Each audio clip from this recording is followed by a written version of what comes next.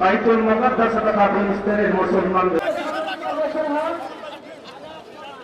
আমরা সারা বিশ্বের মুসলমানদেরকে সংহতি প্রকাশ করতে দেখি, সমর্থন প্রকাশ করতে দেখি, কিন্তু যারা মুসলিম বিশ্বের মোড়ল তারা কখনো সক্রিয়ভাবে ইসরায়েলের বিরুদ্ধে কোনো পদক্ষেপ নেয়নি। ইঙ্গো মার্কিন ষড়যন্ত্রের কারণে এই ফিলিস্তিনি জনগণ গণহত্যা সহ মানবিক নির্যাতন নিপীড়নের শিকার হচ্ছে যুগের পর যুগ, দশকের পর দশক। তার কোনো প্রতিকার আমরা দেখছি না। বান্ডেল থাকলে প্রতি সেনমানিতে টাকা বাঁচবে। বিকাশ সেনমানি বান্ডেল কিনে জিতুন প্রতি লেনদেনে। জাতিসংঘের কোনো রেজলিউশনের তোয়াক্কা ইসরায়েলেরা করে না, জাতিসংঘের কোনো সিদ্ধান্তকে তারা কখনো মেনে নেয় নাই।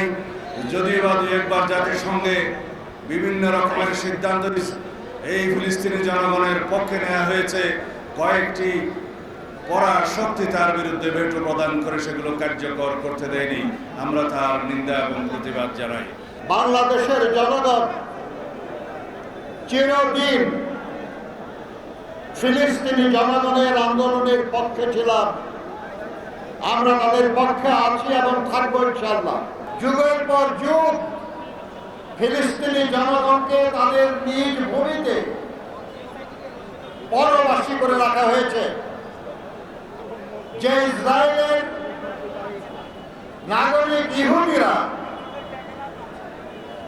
জার্মানিতে লাখে লাখে মারা গেছে, ইউরোপে হলোকস্টের শিকার হয়েছে, তারা তাদের নিজেদের কষ্টের কথা ভুলে গেছে।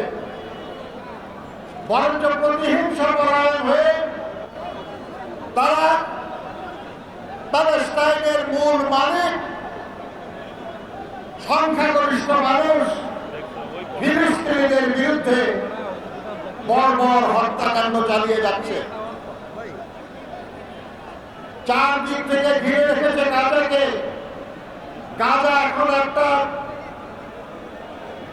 অবরুদ্ধ খাঁচার মতো। যখন তখন সেখানে আক্রমণ করে সেখানকার নারী পুরুষ শিশুদের হত্যা করা হচ্ছে। সমগ্র বিশ্ব প্রতিবাদ জানায়, কিন্তু ইসরায়েলকে প্রতিরোধ করার উদ্যোগ নেয় না। আমি বাংলাদেশ জাতীয়তাবাদী দল নয়, আমি মনে করি বাংলাদেশের 18 কোটি মানুষ ধর্ম বর্ণ নির্বিশেষে, ধর্ম নির্বিশেষে প্রত্যেকে ফিলিস্তিনের পক্ষে, প্যালেস্টাইনের পক্ষে এবং ইসরায়েলের বিপক্ষে লড়াই করছে। আমরা তাদের স্বাধীনতার পক্ষে, আমরা হত্যাকাণ্ডের বিরুদ্ধে, আমরা মানবতা বিরোধী অপরাধের বিরুদ্ধে। আমরা এক সময় না এক সময় এদের বিচার দেখব, এদের বিচার হবে হয়তো বা আগে অথবা পরে। আমাদের তো কিন্তু 16 বছর অনেক সাংবাদিক, লেখক, বুদ্ধিজীবী তিরস্কার কম করে নেন, এমন কোন অপরাধ নাই। সেই জন্য আজকে এই র্যালি এবং এই প্রতিবাদ সমাবেশ থেকে আমরা জাতিসংঘের নিকট দাবি জানাচ্ছি। সরাসরি আজকে কিছু করতে পারছি না, অসহায় কান্নায় ভেঙে পড়তে হয়।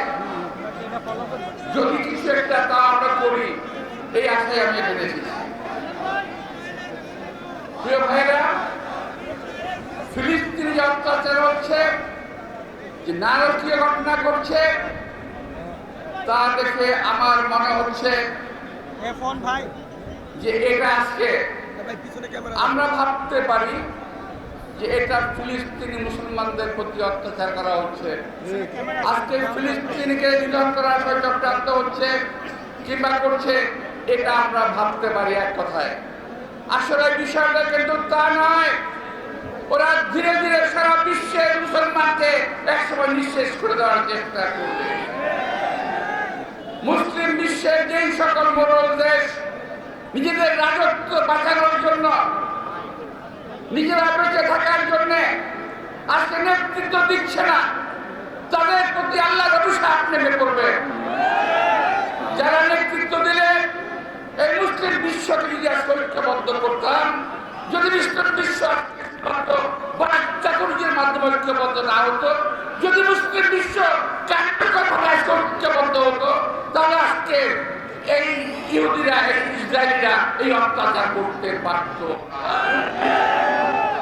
সারা বিশ্বের মুসলিমরা আজকে আমরা খণ্ড বিখণ্ড হয়ে গেছি। আমরা মুখের কথা তুপড়ি বাজিয়ে, তুপড়ি ঘুরিয়ে আমরা বলার চেষ্টা করছি ফিলিস্তিনকে বাঁচাও, ফিলিস্তিনকে বাঁচাও।